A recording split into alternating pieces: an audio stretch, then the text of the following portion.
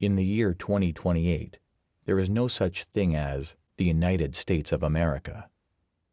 We all live in a constant state of chaos, poverty, slavery, war, fear, and murder, while under the iron thumb of the leader, whom we no longer call president.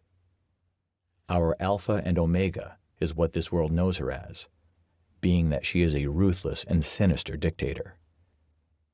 This world is dark, and only the privileged few are deemed worthy to live a dignified life, while the 80% left live in hell. We are BLACKSTORM, a beacon of hope, a light in a world that is far gone. BLACKSTORM was constructed by ex-military, ex-Secret Service, spies, and the best tech minds that have not become corrupted. This dictator's time is coming to a ceasefire, and we will bring them to their knees, then make them drown in the blood of the innocents that were lost. Let's go back to before BLACKSTORM was what it is, before the world was fucked up and everyone was living in the free world. That's laughable. No one was ever free if you think about it. All stuck in a routine, living paycheck to paycheck, living how the government dictated. It's admirable how long we were fooled, how the masses were fooled, and how easy it was to take that false world and change it overnight. Well, not literally overnight, but looking back, you can say it happened just that fast. Max, short for Maximum, which was his name when the world was bearable all those years ago, military raised and joined himself at 20, made special ops at a young age. The powers that be must have began to see him as dangerous, too free-spirited, a threat to the future of this world, because before he knew what hit him, he was in prison with no recollection how or why. That is where BLACKSTORM was born, where the revolution was bred. This prison didn't house your regular criminals like the occasional drug dealer or murderer.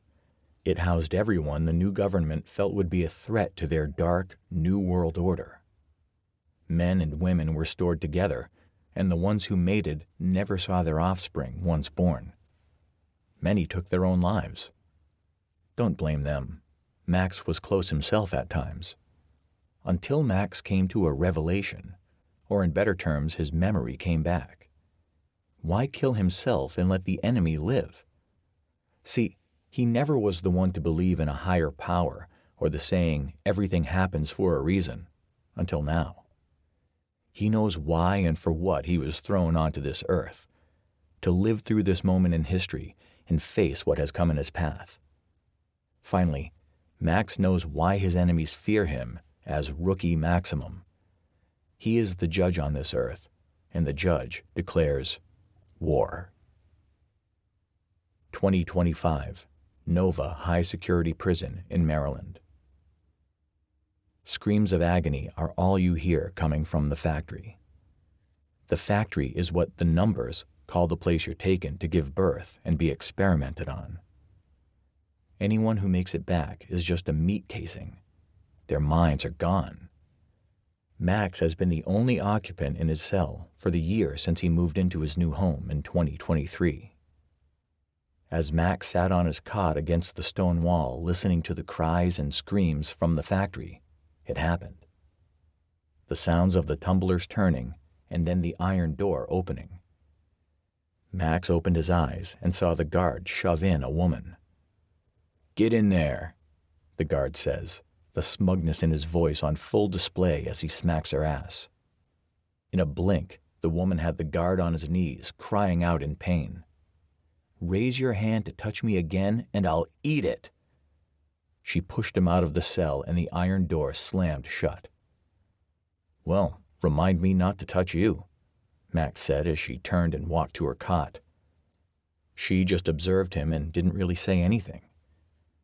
When she finally spoke for the first time, Max was shocked. There had been no exchange of words between the two from the first day she was placed in his cell 2 months ago. The night the two heard the newborns at the factory crying, she spoke. "Do you still dream?"